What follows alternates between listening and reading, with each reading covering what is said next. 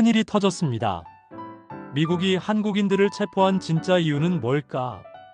미국 두 도시에서 불과 몇 달 사이에 일어난 사건. 하나는 서부의 LA, 그리고 다른 하나는 남부의 조지아입니다. 서로 다른 배경, 서로 다른 현장이지만 두 사건은 묘하게 닮아 있습니다.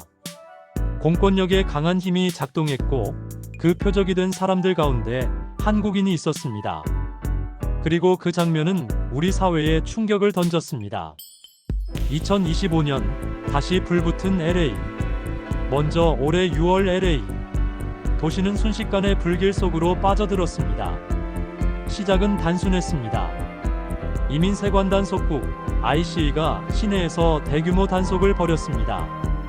이른 새벽 수십 명이 단숨에 체포됐습니다. 문제는 단속 대상이 특정 집단에 쏠렸다는 점입니다.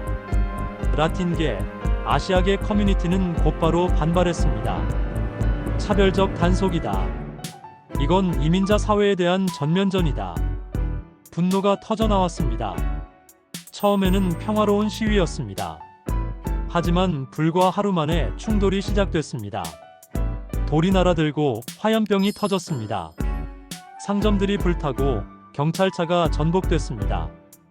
언론은 연일 긴급 속보를 내보냈습니다. 사태는 걷잡을 수 없었습니다. 5일째, LA 시장은 결국 국가 비상사태를 선포했습니다. 주방위군이 투입됐습니다.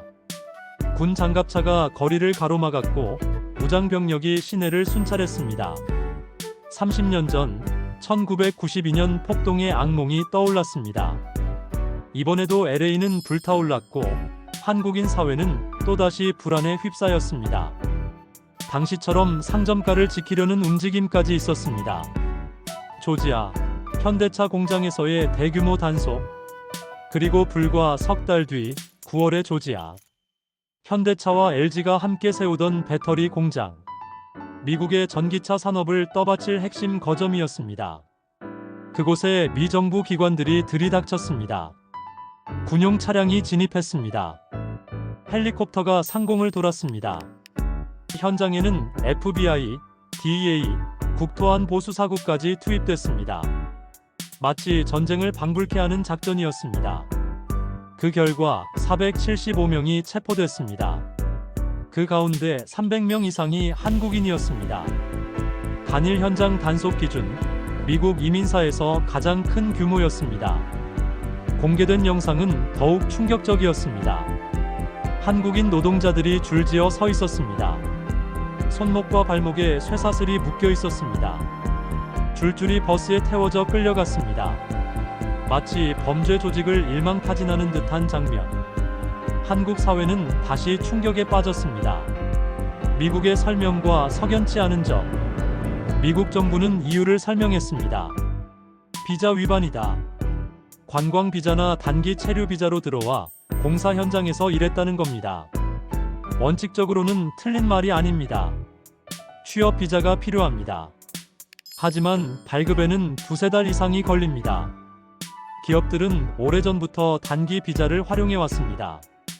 빨리 나오는 비자를 받아 인력을 현장에 투입한 겁니다. 미국 당국도 알고 있던 사실이었습니다. 10년 넘게 묵인된 관행이었습니다. 그런데 왜 이번에만? 왜 하필 현대차 공장이었을까? 왜 한국인 300명이 한꺼번에 잡혀야 했을까? 트럼프 대통령의 발언. 백악관 기자가 질문했습니다. 한국은 미국에 1,500억 달러를 투자하기로 했습니다. 최우방국 국민을 이렇게 다뤄도 되느냐? 트럼프 대통령의 대답은 짧고 단호했습니다. 맞다. 그러나 그 덕에 한국도 자동차를 팔 수 있지 않느냐? 이건 일방적인 거래가 아니다. 냉정한 말이었습니다. 투자했다고 봐주지 않는다. 우방이라도 예외는 없다는 겁니다. 한미 관계의 현실을 보여주는 발언이었습니다. 한국 정부의 대응. 한국 정부는 긴급하게 대응했습니다. 워싱턴 대사관과 애틀랜타 총영사관, TF를 꾸리고 현장에 영사를 파견했습니다. 현지 변호사가 선임됐습니다. 체포된 국민의 권리를 지키기 위한 작업이 시작됐습니다.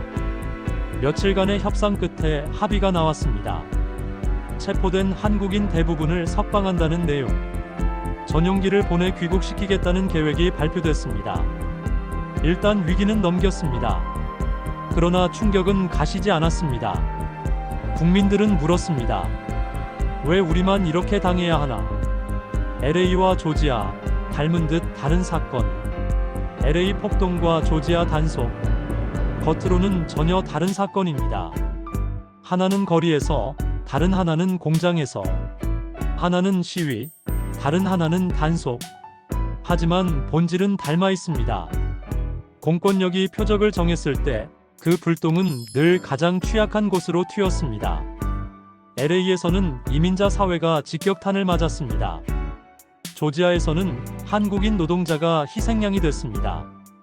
두 사건 모두 한국인 사회가 깊은 충격을 받은 공통점이 있습니다. 기자의 분석 진짜 이유는 무엇인가?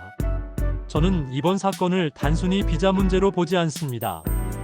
그 뒤에는 외교 갈등이 있습니다. 첫째, 관세 문제입니다. 25% 자동차 관세가 여전히 남아 있습니다. 정상회담에서도 뚜렷한 합의가 없었습니다. 둘째, 주미대사 승인 문제입니다. 아그레망이 몇 달째 지연되고 있습니다. 우방국 대사를 거부하는 건 불신의 신호입니다. 셋째, 중국 문제입니다. 주한미군의 전략적 유연성. 한국은 거부했습니다. 대만 개입을 거부했다는 뜻으로 미국은 받아들였습니다. 워싱턴의 불신은 여전히 남아 있습니다. 이 모든 불만이 쌓여 결국 터진 사건.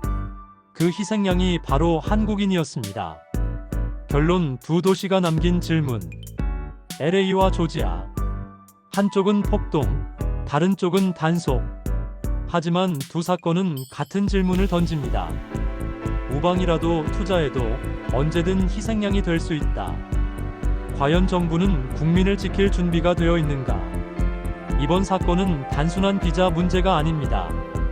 한미 관계의 균열, 외교 신뢰의 붕괴, 그리고 국민 인권의 문제. 이제 우리는 두 도시의 경고를 기억해야 합니다.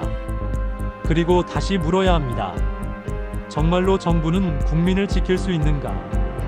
우리 국민들은 나라의 핵심이며 알아야 하고 함께 해야 한다는 생각을 해봅니다. 여러분들의 생각은 어떠하신가요?